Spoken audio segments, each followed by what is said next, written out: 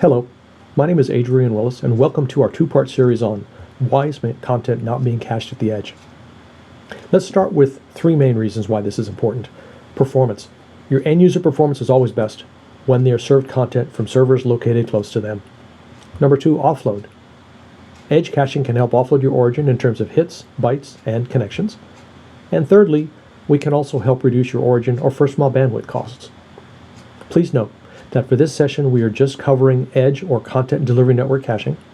We'll cover the most common reasons, but this will not be totally comprehensive, and if you have further trouble, please reach out to Akamai technical support for further assistance. We'll examine three main areas which may be causing your content to not be cached.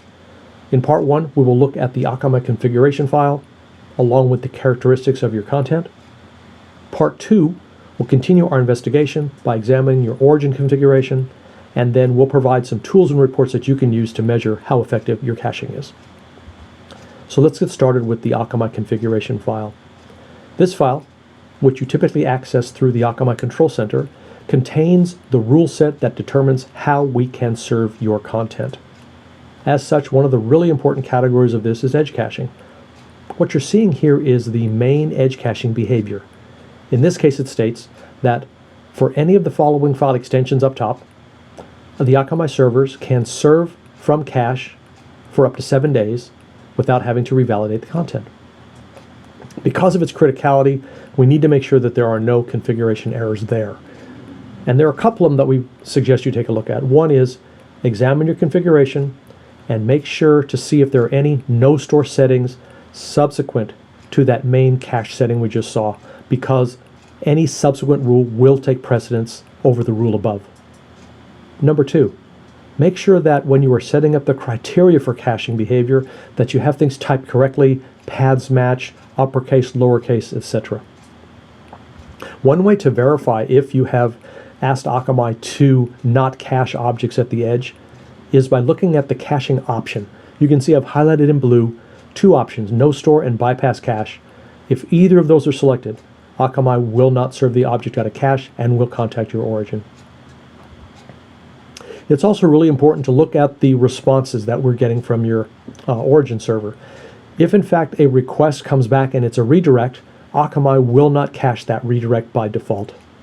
In addition, if the response code is any one of these, 201 created, 202 accepted, etc., these are not cacheable by default, and as such, Akamai will not cache them at the edge.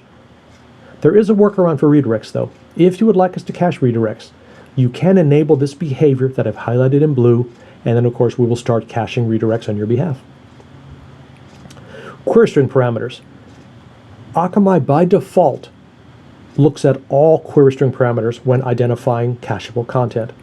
Because of that, you want to make sure that you're telling us which query string parameters we should factor in as the ones that actually determine which content's being served. So for example, one that you might not want to have in there for us to factor in is session ID. Whereas if you have a query string parameter determining height or width, perhaps you do want us to include those.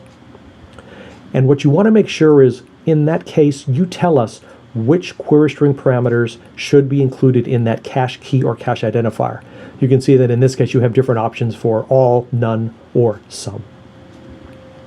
Make sure that you're not having us unnecessarily revalidate or reauthorize content, even if it's already in our cache.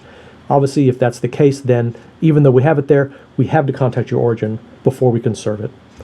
Here's an example of a behavior which would cause this to occur. What I've set up here is, you can see under caching option, I've said we can cache it.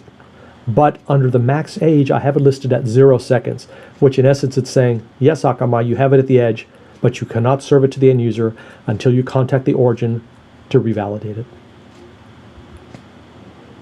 Posts are not cacheable by Akamai by default.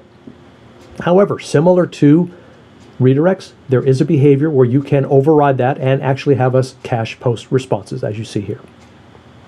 Also, make sure you take case into account. Upper and lowercase matter and can dramatically affect the ability for us to cache. Now, if you have an environment for which case doesn't matter, such as Microsoft IaaS servers, you can have us ignore case in the cache key, as you see here, but be careful that that's really what you want us to do. Now that we've looked at the Akamai configuration file, let's turn our attention to content characteristics. There are two main ones we want to look at. The first one is probably fairly obvious. When things are being requested for the first time initially or right after a cache purge, then those content will not be served out of cache, and that we have to retrieve them from the origin before we can serve it. Number two, if your content is very cold in that it's very infrequently asked for, that while it may have been in cache originally, there is a chance that it could be evicted from cache. Our edge caches have very high capacity, but they have their limits. And of course, if it is evicted, the next time someone asks for that content, we'll have to go through that first cache request scenario again. So in conclusion, we've looked at two areas to evaluate when determining why an object may not be cached at the edge: the Akamai configuration file and the characteristics of the content. In part 2, we'll continue by looking at the origin configuration and then follow up with tools to help you measure the effectiveness of your caching. Thank you.